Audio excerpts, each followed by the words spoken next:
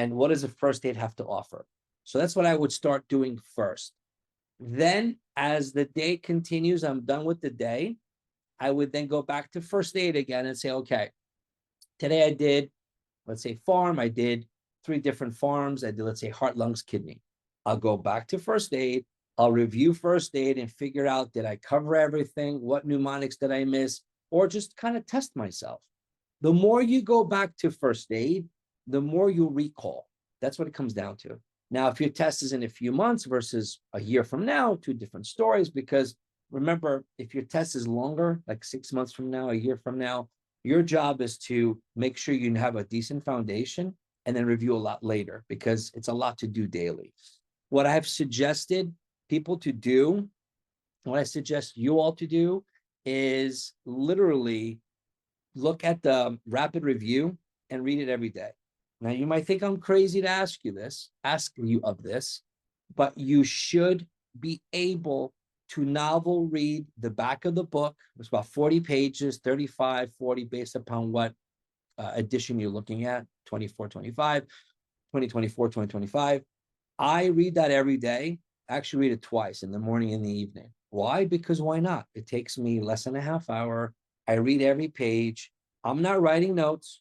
I'm not highlighting. I'm not rewriting it. I'm not paraphrasing it. I'm literally reading line after line, because the drill that I'm doing is I want to expose myself to these 40 pages as much as possible.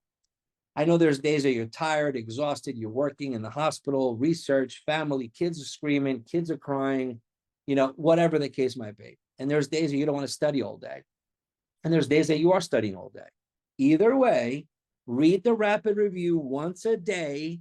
I know it sucks, but this is a board exam. It's not easy. You have to come in with knowledge of basic science to some degree, and you have to be a good test taker, guys. I'm sorry to say.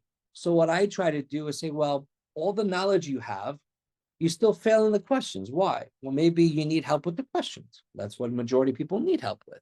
That's why I have the QBank videos, because I figured I would want that if I was a student. I wouldn't just want people to tell me how to answer questions. I want them to show me where in the scenario I missed and how do I connect the dots. So first aid I would do after every question, honestly. Other people read it in the morning before they start doing questions. I've only had about 7 to 10 students out of thousands actually be able to dry read first aid and do well at any question. Those numbers aren't great, meaning 7 to 10 people out of thousands were able to read first aid and then do questions. Usually you want to do questions. You see patients by doing questions. And then after you say, well, what did I miss? I didn't know, like, for example, you have Corynebacterium diphtheria. If you open up first aid, there's a mnemonic, A, B, C, D, E, F, G. Know what they mean, because those, each one, it indicates something about that bacteria. Beta prophage, ADP ribosylation, elongation factor 2. You need to know these things. So use the first aid to help you recall info. All right. Kimberly asks, greetings. What do you recommend is an effective study plan to pass NBME?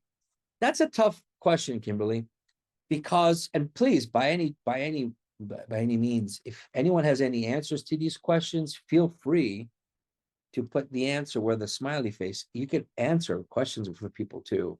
NBMEs are hard.